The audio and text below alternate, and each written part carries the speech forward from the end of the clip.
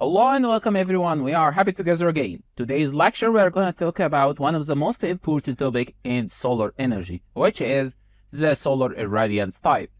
In the previous lecture we understood the main difference between the solar irradiance and solar irradiance. Solar irradiance and solar radiation. And we said the solar radiation is basically the solar power, and the solar irradiance is basically the solar energy falling on the earth. And solar irradiance has several types. The first type of solar irradiance is the direct solar irradiance or direct normal solar irradiance, DNI. It's basically the solar radiation falling perpendicularly to the surface of the earth. It's basically when the sun is directing a solar radiation on the earth, there are some of these solar radiation are falling on the perpendicular array. These perpendicular rays are the direct normal irradiance. The second type is diffuse horizontal irradiance or DIF. It's basically the amount of radiation received per unit area by a surface doesn't arrive on a direct path from the sun, but has scattered by molecules and particles in the atmosphere, like clouds. It's basically scattered using the cloud and blue skies. So it's basically when the solar radiation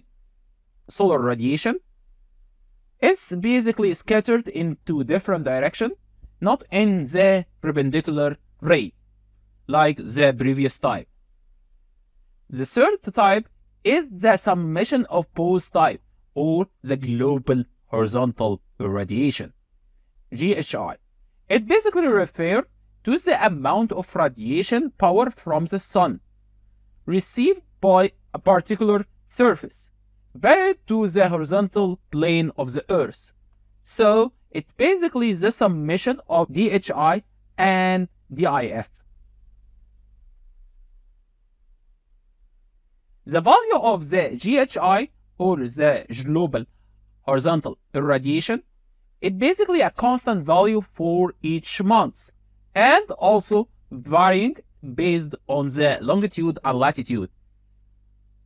Each year, NASA is basically adding in its own database for each longitude and latitude the value of the GHI on each month. For example, for UK, London, we have solar global horizontal irradiation in January about 2.81, and in February 3.32, and in December about 3.04. As you can see, the worst case scenario in there is in January, which is 2.81. This is where we are gonna design the global horizontal irradiation. Now let's talk about the global tilt irradiation, or GTI. Basically, the global GTI, or global tilted irradiation, is the total irradiation received by a surface, which is tilted with a tilt angle from the horizontal surface of the earth. So basically the GTI is the summation of the perpendicular rays to the surface and the tilted rays to the tilted surface. GTI basically can depend on two parameters. First parameter, GHI, or global horizontal irradiation, and the value of alpha and the value of T, as the value of alpha is the elevation angle and the value of T representing the tilt angle. GTI is basically representing the value of the solar irradiance falling on the surface. Also, GTI can represent the value of the peak sun hour in the months, as The value of the sun hour in the months basically can be calculated by dividing the value of GTI in the months per 1000. Or it actually can be calculated as GTI as kilowatt hour per meter square per day. This is the value of the sun hour. We can see the different type of solar irradiation using the global solar atlas, which help you see each part on the Earth solar irradiation. Let's take an example of London. In UK, you can see the direct normal irradiation is about 880.1. That's per year. Let's calculate it per day.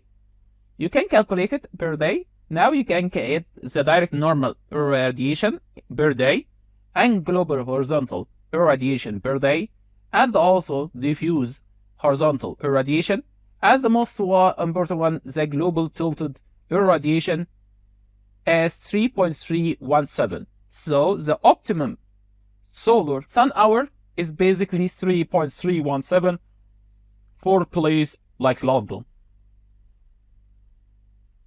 Also, you can see more details like the value of the solar irradiation in the entire year for each hour in each month, easily like this, using the global solar atlas. Okay guys, that's for today. Thank you for watching. See you in the next lecture. Bye bye.